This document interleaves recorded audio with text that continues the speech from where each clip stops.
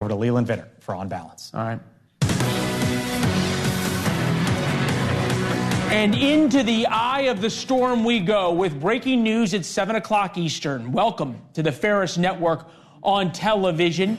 It is being called a once-in-a-generation storm, and we're going to go through why that is. Hurricane Helene is now listed as a Category 4 storm as it churns up towards Florida's Big Bend. This is the Big Bend area right here, and it is so important. One of the reasons this storm is going to be so bad, the dirty side of the storm, that is this side, the right side as it goes counterclockwise up, this is all of the water is going to be shoved up here into the Big Bend with nowhere to go. So the winds are hitting 135 miles an hour at this very moment. Winds destroy things. Water kills. Forecasters expect Helene to pick up strength as it makes landfall just outside the Tallahassee area. Tallahassee is right about here, Apalachicola. What we think of as the Florida Gulf Coast is over here. So Panama City, Destin, those areas are spared the direct hit. Will be bad, but not nearly as bad in this area. Cedar Key about here, town called Peter about here. Thankfully, this is less populated on the coast. We expect landfall sometime around 10 or 11 p.m. tonight. On the right side of the screen, live pictures of Malacha Pass. That's in Lee County, Florida, not far from Fort Myers, which is all the way down here. So you get a sense that this is still building all throughout the day. Roads and bridges are becoming overwhelmed and swamped. That means anybody caught on the islands out here, there's no way for them to get in. Massive storm surges swallowing bridges, and there's huge amounts of water now starting to flood the Tampa area. That's still a couple hundred miles south of where landfall is. This is a massive storm. The main concern, as we will tell you over and over and over again, is the storm surge that is coming. Up to here, 4 to 7 feet, Tampa, 5 to 8 feet. You'll see what that is starting to look like. Up here, in the Big Bend, as the water is shoved all the way up into here with nowhere to go, 10 to 20 feet. That is unthinkable. That is the height of a 2-story building. So it will wash away everything. Almost no structures will be left in this area along the coastline. 2-story building of water. Now, you heard this idea of mandatory evacuations are in effect for pretty much everywhere along the whole western part of Florida. That's great if people listen, because as of right now, it is too late to get out. Live video right now, Sanibel, Florida. Sanibel was destroyed. It was leveled by Hurricane Ian, so this is now round 2. This is the emergency bridge that was put up in Sanibel. That could end up getting washed away as well. We can see one of the big piers going out here as the storm surge is starting to churn up. Very likely this pier will not exist, nor will the homes that would be right about here in the next couple of hours. Also a major threat of tornadoes along the western coast of Florida, all the way now from Fort Myers Beach, where this camera is, all the way north through Sarasota, Bradenton, Cape Coral, Florida. You can see this live cam. This was from this morning when a tornado came through. And this state isn't just having an effect on the state of Florida. This storm is going to be massive all throughout the southeastern part of the United States. You can see Georgia. This is only about 100 miles, maybe less, depending on where exactly it comes ashore. So there's going to be parts of Georgia hit by this tornado. North Carolina, South Carolina, all declared states of emergency because of how much rain is going to come down. Everything gets flooded, and then the winds come through and pull the trees up. Leon County Sheriff Walter McNeil is with us. The eye of the storm should pass over him a little bit later tonight in Tallahassee. Sheriff, thank you for being with us. We're going to be with you in 1 second. We start tonight with Xavier Walton, who is in Perry, Florida, which is perhaps going to be the bullseye in just a couple of hours. Xavier, I'm looking behind you, and thankfully you seem to be some of the only folks left. Yeah, that's because people are certainly heeding those warnings right there, listening, and for good reason, too. This storm has really gone east just a little bit, and that's putting us here in Perry on the dirty side. We started our morning in Cedar Key, then went up to Steinhatchee, then we had to leave because of that storm surge threat. Here's the big concern here, though, in Perry, Florida. I'm going to point you over here in this direction, Leland, and then we're going to go right above the Pizza Hut, which is empty, and then take a look at those trees. And then you can even see just a little bit, and the winds aren't even that strong. But even below the tree line there, you see part of the roofing from this Pizza Hut, if you will, just kind of waving back and forth. This area last month had to deal with Hurricane Debbie. The big thing here, though, is the winds and the potential for power outages, trees falling on top of power lines. This hotel we're staying at, we got lucky because we weren't supposed to stay here this evening. I just spoke to a couple. They said they evacuated. They're leaving their home. Just last month, they had to evacuate. Then they came back. It was completely flooded. And just yesterday, they actually got back inside only to figure out, hey, we got to leave again because another hurricane is coming our way. All right.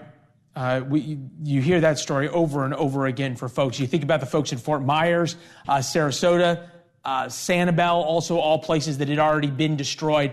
Xavier, thank you very much. Leon County Sheriff Walter McNeil, Director David Adum is with us as well. Sheriff, I want to start with you. At some point tonight, you are going to have people calling 911 saying, come help us, and you are going to have to tell them, we can't put deputies and rescue teams out in the storm. What time do you expect that to be? Well, we're looking perhaps around between 9 and 10 o'clock tonight when that storm gets here. We think it make landfall here in Tallahassee County around 8 o'clock or so. And we'll make that decision once the wind gets about 40 miles an hour. We'll make that decision. But the thing I can tell you we've done a good job with is getting that information out to our citizens. And I think that most of the citizens in Leland County have heeded that warning. And hopefully they did that. Won't have that to deal with here in Tallahassee County. Well, we can only hope. You guys have been awfully clear in how damaging this storm will be. Come back to the map just so folks understand. Xavier was here in Cedar Key. Moved up to Steinhatchee. This is where Peter is, where the storm's coming, the dirty side of the storm, Tallahassee, just up there. How populated, Sheriff, is the areas right along the shoreline here in this area where the storm's going to come ashore? And then how far inland are you guys figuring 140-mile-an-hour winds could still do an awful lot of damage? Oh, no question. 140 miles an hour will do a tremendous amount of damage. The good thing is that this isn't a good thing for anybody, quite honestly, but the fact that it's in the counties that are being impacted, those are the least populated counties in the Big Bend region. You're talking probably less than 25, 30,000 people in those communities. But again, we're hopeful that the citizens there in those counties have heeded the warnings. And for example, Wakulla County, Jefferson County, I think the citizens have heeded the warnings of the sheriff there indicating evacuations. And from my understanding, those evacuations have taken place. And we don't anticipate, and that's a good thing about the Big Bend region of Florida. The sheriffs and the communities get together. We're a close-knit community in the Big Bend, we call it. Yep. And so our citizens work with us in all these situations, trying to make sure that we keep our citizens safe. And when they do that, they keep our deputies and first responders safe. We're not having to go out in these storms. Yeah, no, we were there covered Hurricane Ian, and remember talking to folks who were trapped, and also to sheriffs who had to say, we just can't come get you as things have gotten so dangerous. David, storms moving at 21 miles an hour. That's one of the faster hurricanes I can ever remember covering. How does that change things? And how does the fact that this storm has gotten so strong, so quick, and moved so quickly change things for you? Yeah, so for us, the fact that the storm is moving so quickly, it helps us because it comes in and it gets out of our area. So we can start restoration and start being able to respond to those individuals that really need our help. And so like the sheriff was talking about, we're concerned about not being able to respond in a timely manner. So the faster that storm leaves us and we can start our recovery efforts and get those resources to our community, the better we are. And so I think for us in our community, they need to understand that, hey, we're coming. We're going to get the services that you need. It may be delayed, but we're coming. And we're going to help our community get back up on feet and move forward. It's so easy to underestimate these storms, especially when we focus on the wind speed and don't talk enough about the storm surge. The Big Bend may be one of the worst places for a storm to come ashore just because there's nowhere for all of this water to go. It's been gathering water since below Key West and just keeps shoving it all the way up north until it gets up to land, and then it comes ashore as 20 feet of water. Is there going to be anything left in some of these communities come tomorrow morning? Well, again, that depends on exactly where it comes aground and hits what community is impacted. But I can tell you, we had, going back many, many years, Hurricane Kate came almost on the same track, and it devastated Tallahassee and Leland County back in 1984, 85, I believe. And this was tracking the same way. So it just depends on what we wake up and see tomorrow morning as relates to where it came ashore. And that will make all the difference in the world in terms of what the impacts are. But I can tell you this, again, I talked about the Big Bend region. Whatever the damage is, no matter what community is impacted, the state of Florida is assured by the governor and by the leaders in our community that we will work together and we'll pull our community back together no matter what level of damage there is out there. Yeah, there is something amazing that we see after every hurricane, that the sort of worst of times that these communities go through brings out the very best in Americans. There's no other way to say it, and we will see it tomorrow. We will see folks out rescuing each other. We'll see folks giving each other places to stay. Obviously, we'll see your deputies and fire teams out there risking their own lives to save those in need. Gentlemen, thank you very much. You got a long night ahead of you. We appreciate you joining us. Thank you for sharing that with our audience out there. Thank you. Thank you. Yeah, thank you both. Huge news around the country going on tonight. Not only Hurricane Helene, which will stay on throughout the hour and the entire night here on NewsNation. As the sun goes down, it gets so much more incredibly dangerous in terms of coverage and also for anybody who is still out there. Also, other major news, including the mayor of America's largest city has been indicted for some very interesting crimes. Are we looking at another political prosecution by the Biden Justice Department? Why a Democrat now says he's a victim of a witch hunt. The leader of the largest city in the United States, New York City, is going before a judge tomorrow, federal judge tomorrow, to be arraigned on corruption charges. The feds say Mayor Eric Adams sold his influence to foreign nationals, making him the first sitting New York mayor to be indicted, which was stunning to me. You'd think almost every mayor of New York would get indicted, considering all the things that happened there.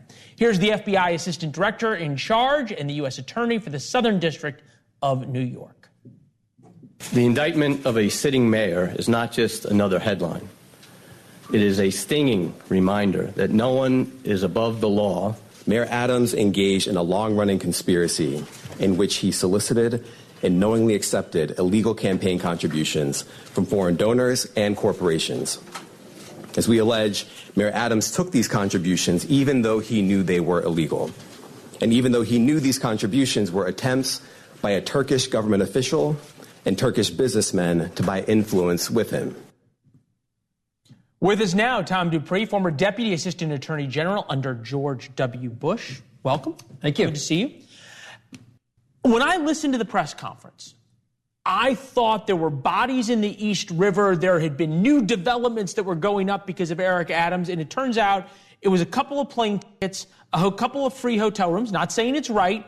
And in return, there was a fire inspection that had been moved up. What's going on here? Yeah, it certainly is not the bodies in the Hudson River case. This is a case, in my view, of graft, but low-level graft. As you say, the United States is alleging that the mayor took money, got nice hotel rooms, got nice plane rides, and in exchange, he did favors for the Turkish government. He pressured the fire department, allegedly, to approve a Turkish skyscraper. Which is all wrong. It's just a little wrong, exactly. And look, I mean, I think from the government's perspective, they say this is a public corruption case, and we need to make sure our public officials are held to the highest standard of integrity. And in this case, Mayor Adams, over the course of years, fell short. Right. And then there's always the comparisons, right, between things that happen in Washington and stock trading and contracts that given that somehow certain things are legal, certain things are illegal. I thought they should just be indicted for stupidity. I don't know if you've ever read an indictment that looks like this. These were text messages. Adams staffer to the Turkish airline manager who was the go-between. He's also asking where they can go in Turkey. Do you have a recommendation? Airline manager, 4 Seasons, one of the most expensive hotels in Turkey. Adams staffer, is too expensive. Airline manager, and this is perfect because this is exactly how people talk in the Arab world. Why does he care? He's not going to pay. His name will not be on it either. Adam Staffer, super. Have people not figured out that the text messages are the worst thing you can ever do? Text messages are forever. And you gotta know, Leland, when those prosecutors were typing up the indictment and they put that in, they had big grins on their faces. I mean, this is gold for these prosecutors. The other thing they put in the indictment, which is very interesting, is they included photographs of the luxury hotel suites that Adam stayed in while abroad. So they wanted to send a public message. This is what you call in the trade a speaking indictment, because it tells a story of graft and corruption through text messages, through emails, through photos, far more eloquently than mere words could. Okay, so I am remembering you and I having a very similar conversation about a speaking indictment against Donald Trump when the documents that were allegedly at Mar-a-Lago were perfectly arranged with the covers, and it was done just so the FBI could take a picture of it, put it in the indictment. They know that was going to be everywhere. Eric Adams has been outspoken about the Biden administration. He was one of the first to come out as it related to the Biden administration's handling of the migrant crisis. And he said, look, I'm being targeted.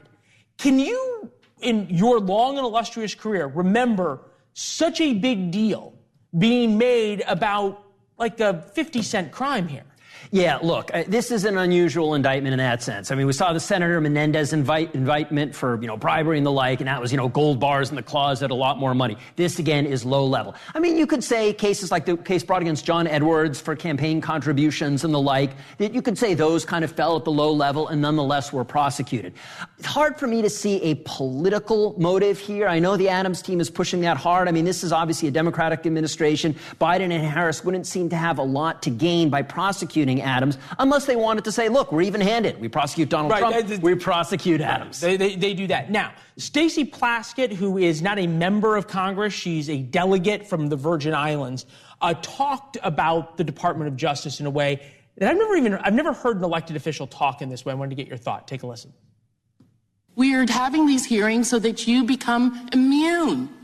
You become inured to the notion of the removal of the FBI and DOJ, so that those agencies are no longer there to serve as a check against white nationalism, great replacement theorists, Christian nationalists, white fragility, fascists, and the twice impeached, convicted felon, former president and would-be dictator, Donald Trump.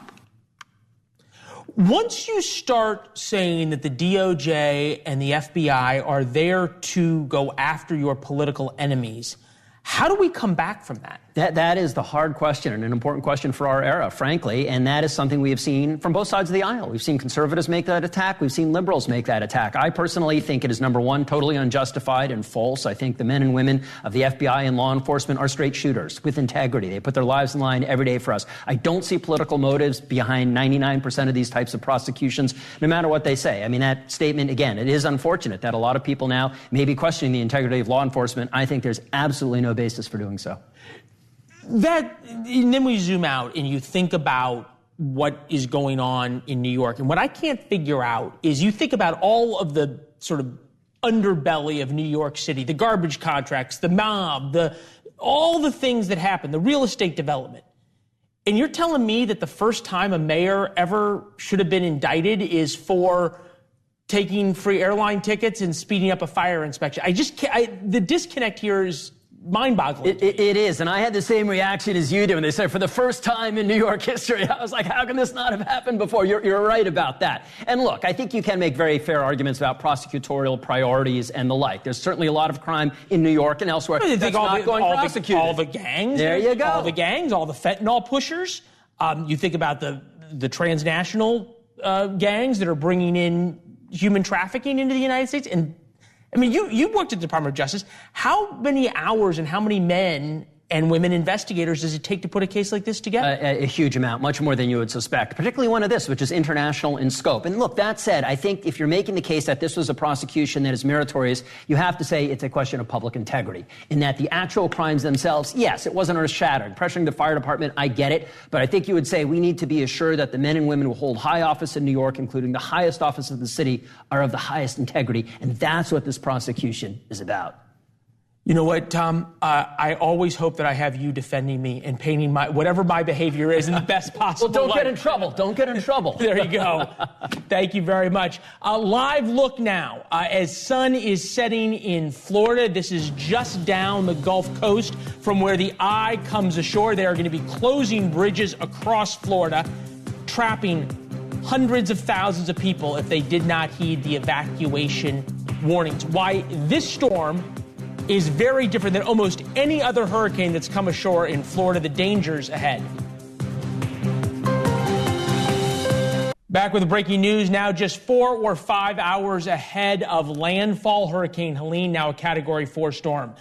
We always talk about the wind. It is the water and the storm surge that is going to be deadly across the western part of Florida tonight. The winds are 135 miles an hour. When the storm makes landfall just south of Tallahassee, the wall of water coming ashore on the right-hand side as you're looking at the storm rotating, the dirty side of the storm, is going to be 20 feet tall. It's between 10 and 11 p.m. tonight.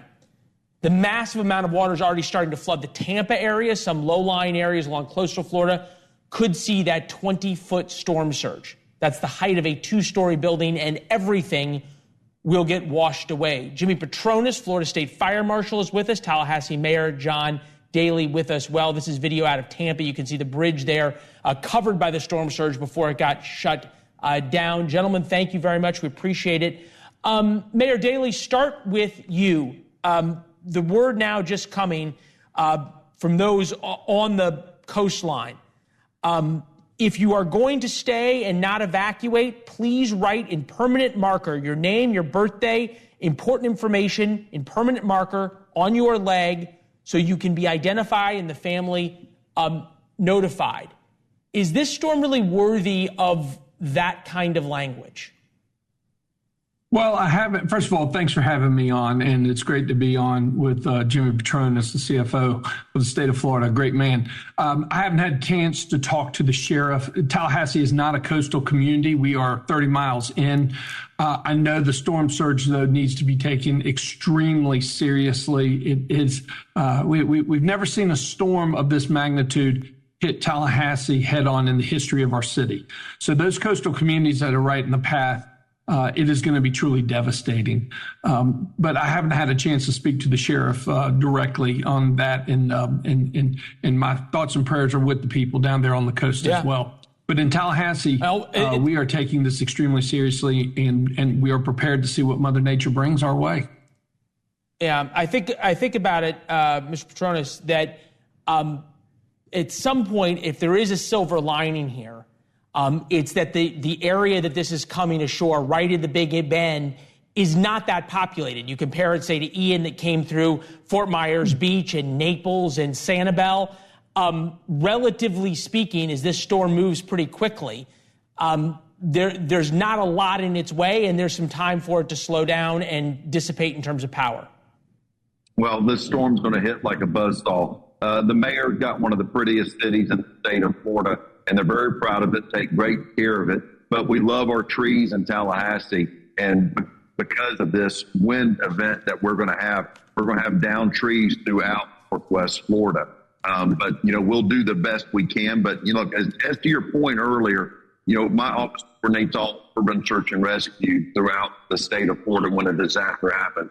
We have over 1,100 men and women that are standby stage, ready to go door to door. But we have told those stubborn individuals that will not leave, please at least tell a loved one, somebody that cares about you, that you decided not to leave. Maybe our office or the mayor's team will get a phone call saying, my sister, I can't get in touch with her and she didn't evacuate. So some of the rhetoric that you hear out there is real because people get complacent with storms. They don't evacuate. And then, unfortunately, there's the grim results where loss of life does happen. Yeah, and I remember covering so many storms myself where there were 911 calls coming in over and over and over again, people saying, help, help, help. And the first responders, the search and rescue teams couldn't make it out. It was quite simply too dangerous for them. Mayor, you think everyone always thinks about the wind as it hits the shore, but you guys are going to get 100-plus mile-an-hour winds in Tallahassee, inches upon inches of rain into very soaked and waterlogged ground. At some point, what's it going to be, a couple of days before people are going to be able to even move around Tallahassee with all the downed trees? Well, it is definitely going to be a marathon recovery and not a sprint. You are correct on that. Look, I don't care how great your infrastructure is. If you are hit head on by a Category 4 with those type of sustained winds, you are going to have tremendous structural damage. And we have been telling the residents of Tallahassee that, yes, we need to be prepared. Now, having said that, for the past week, we have been making sure that our grid is up to standard and ready to rock and roll for this storm. All of our stormwater systems are up and running smooth. We have called in mutual aid agreements from all across the United States. 9 states are sending electric crews to Tallahassee. We've tripled our workforce before the storm. Assets are all over the community with personnel hunkering down right now. When the storm clears out, we'll roll up our sleeves, we'll do the assessment, and we'll get to work. But you're absolutely correct. It could be days just to clear the roads. Because let us not forget, it's not just necessarily a tree that falls in the road. It's a tree that's tied up in a power line. So you have to have the professionals that can come in, properly untangle the power line, and cut up the tree to move. But we are prepared, and we'll see what Mother Nature brings, and we're going to respond. We have a saying here in Tallahassee that we're Tallahassee strong. Our partnership with the state, between the CFO's office, the governor's office, the Secretary of Department of Transportation. I hear you, and that is what we hear in every storm. You can't go through this alone. Mr. Petronis, I just want to get one last quick word in with you. You are the state's CFO. After Hurricane Ian, there were thousands of people who were wiped out without insurance. And that's going to happen again now. Retirement's gone, homes that are uninsured and unrebuildable gone. At some point, are we going to have a conversation about how to deal with these storms in a way that they're not wiping out the dreams of thousands, tens of thousands of people every time they come through? Well, this is exactly why the state has employed programs like the My State Florida Home Program, where we are sending out hundreds of millions of dollars to harden people's homes in the state of Florida. When the home is tougher, when it's more resilient, it's less likely to file a claim, and it's more likely to survive an event like this that we're seeing. But when it comes to storm surge, unfortunately, saying you hide from wind, you run from water. Those low-lying areas that get flooded, unfortunately, are going to suffer some damage. Yeah, there's just nothing you can do with 20 feet of water. Gentlemen, we appreciate it. You both got a long night ahead of you. Thank you. Thank you. And we appreciate it. And I know the people who are counting on you appreciate all the hard work you guys are going to be doing. Thank you both. The storm is expected to be so bad, 30 miles inland in Tallahassee, Waffle House has reportedly shut down all of its locations. Why is that important? Because even FEMA uses the Waffle House index. If Waffle House closes before a storm, it is going to be awful. In times past, when hurricanes came ashore, we'd be joined by the Waffle House CEO to talk about it. He's also my good friend, Walt Emmer, would join us from the hurricane zone. We have a picture of Walt. Emmer led from the front and helped reopen Waffle Houses in the hours after hurricanes hit. They repositioned generators, refrigerator trucks, extra employees, extra supplies. They would get there before the National Guard a lot of times and reopen stores for the first responders so they could eat. For decades, the FEMA Operations Center in D.C. would call Waffle House to see how bad the storm was. You can see some of the pictures there. As a young correspondent chasing storms, I remember our first hot meal in days after a storm just like this, coming into Waffle House, eating with police and other first responders as everything else remained closed. After Hurricane Ian a few years ago, Emmer joined us from Ground Zero. What motivates you all on this? You know, someone asked me that question earlier today, Leland, and, you know, why do we do this? And the reality of it is it's because it's what we can do. You know, there's so many first responders and people that give back to the communities at time of need. And the one thing we can do is feed people, and we can give them some glimmer of hope and a hot meal at a time when they can't get one. Walt Emmer died a few weeks ago after a heroic battle with cancer. No surprise, he died doing what he did best, helping people. In his final days, he volunteered to try a new cancer drug in the hope that it might save others. Team at Waffle House tells me they're ready to head in after Helene, reopen, and feed those in the worst hours of their life. And Walt would have been right there with him. This is going to be one unbelievable storm. Jeff Patterson of our affiliate WFLA Television is with us now. Jeff, can you hear me? Tell us where you are and what the conditions are like. Yep. Yeah, so I'm in Cedar Key, and this is Hurricane Helene in the Gulf of Mexico crashing in right now. I will tell you that we're expecting storm surge here tonight above 13 feet. We were here during Hurricane Idalia last year in August when there was a record-setting storm surge of 8 feet, and that caused catastrophic damage downtown. It caused damage to condominiums here. People have their homes here on Cedar Key, and it also caused significant damage to a number of beautiful bed and breakfasts or Airbnbs that are here. Some of those have not recovered to this day. So if the storm surge is as anticipated tonight, above 13 feet, anywhere from 13 to 20 feet, there will be catastrophic damage on this island tonight. And as you can tell, just the wind has been picking up from Helene, and the storm isn't even truly on top of us tonight. So we do expect conditions to deteriorate here between 7 and 9 p.m. That's when the worst of the wind will be. But then after the eye of the storm passes by us, that's when the storm surge will start to come in. We are also on what I call the passenger side of the storm. In other words, the right side of the storm. And unfortunately, that is typically where the most catastrophic damage from wind is. And the wind speeds tonight in this area of Cedar Key are anticipated to be above 115 to 135 miles an hour, depending on the strength of the storm when that eye wall finally comes on shore, which should be just north of us. But I've covered a lot of hurricanes in my years here in Florida. I've been a reporter in this area for 36 years, and so we have seen storms take rapid turns at the end. They can wobble, and they will make turns, even though the computer modeling is incredibly sophisticated at this time. Those computer models can't always predict the last-second turns of a hurricane when it comes on shore. So we are prepared.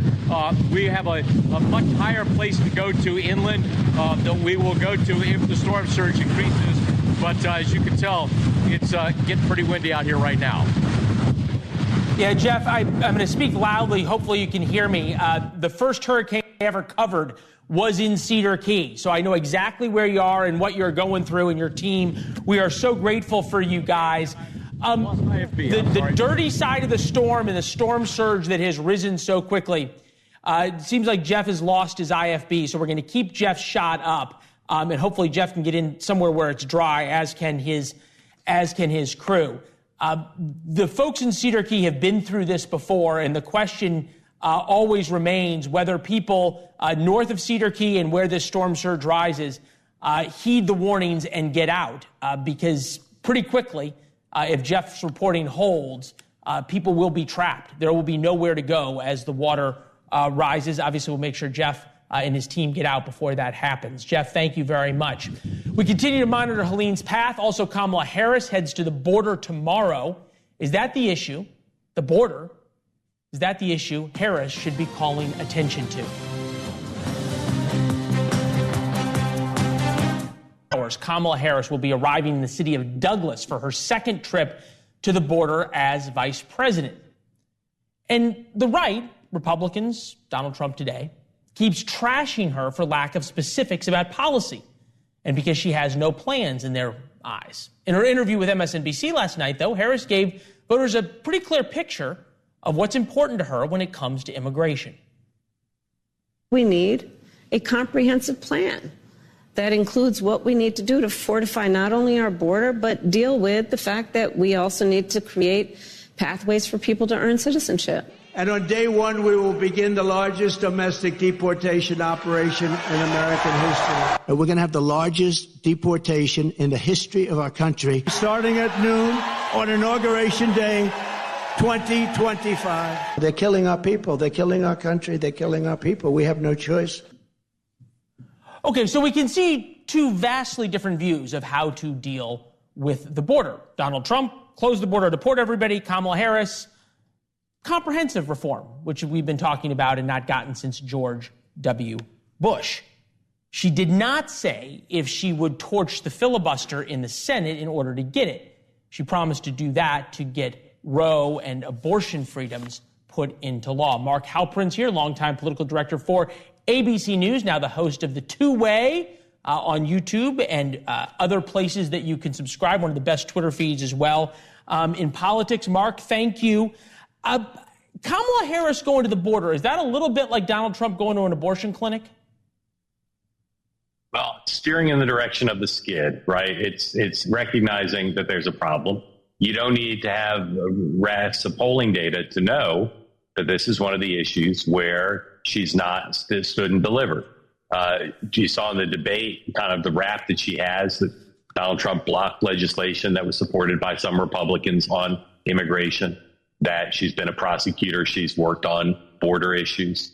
But there's no doubt that the central question, none of the interviewers who've had access to her have really driven down on it, is how do you explain several years of failure as part of the Biden-Harris administration, which is not a partisan judgment or a snide judgment. It's the judgment of almost every Democrat I know who's had to deal with the implications in New York City, where I live, in Arizona, pretty much all 50 states. So this is going to be a challenge for her. The stagecraft of this will be difficult. Her other trip to the border in her Lester Holt interview did not go well, probably one of the public low points of her vice presidency.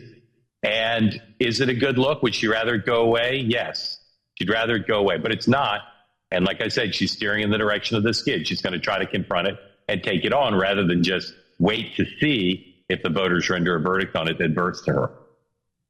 Right, and we know partly what she's going to do because she's done it before. She'll blame Donald Trump and say, but for Donald Trump, you would have a border security bill that had been negotiated by Republicans in Congress. Support for mass deportation. Majority of Americans, 54%, support the mass deportation of undocumented immigrants.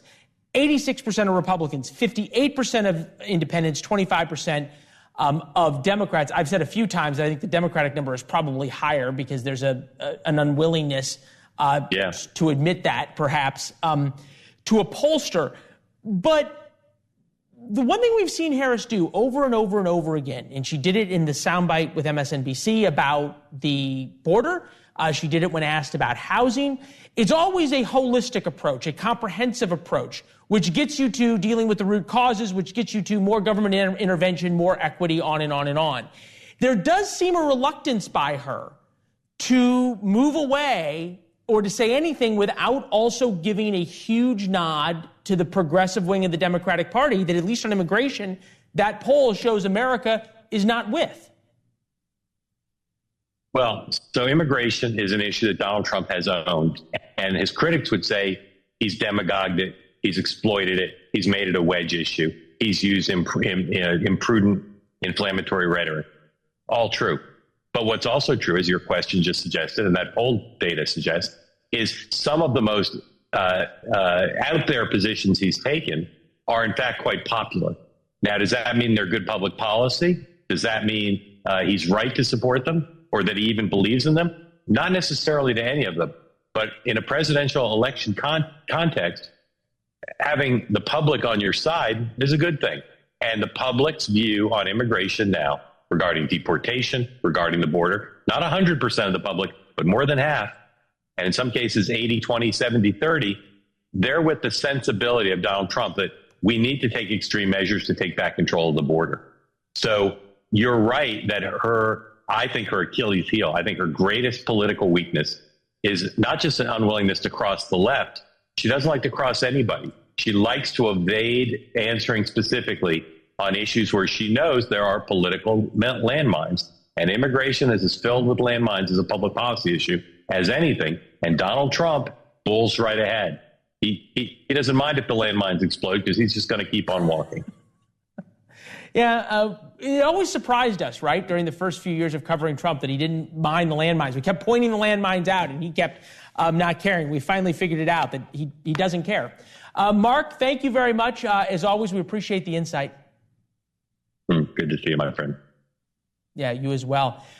Back to live pictures of Hurricane Helene that continues to barrel north towards the Florida Panhandle and gain strength. There's no other way to say it.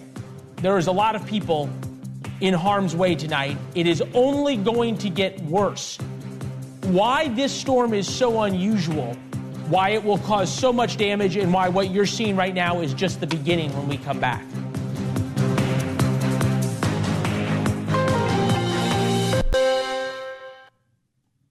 Hurricane Helene keeps gaining strength and will over the next few hours until it comes ashore.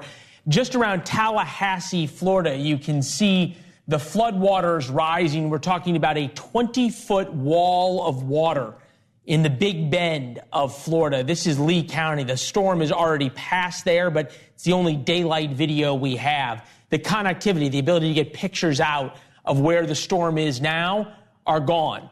In many parts of Florida right now, it is too dangerous for rescuers to get out. According to the Taylor County Sheriff, about 200 residents have refused to evacuate. And you can see some of the last folks trying to get out there in Hillsborough County. That's one of the bridges over Tampa, trying to get out before they closed that bridge.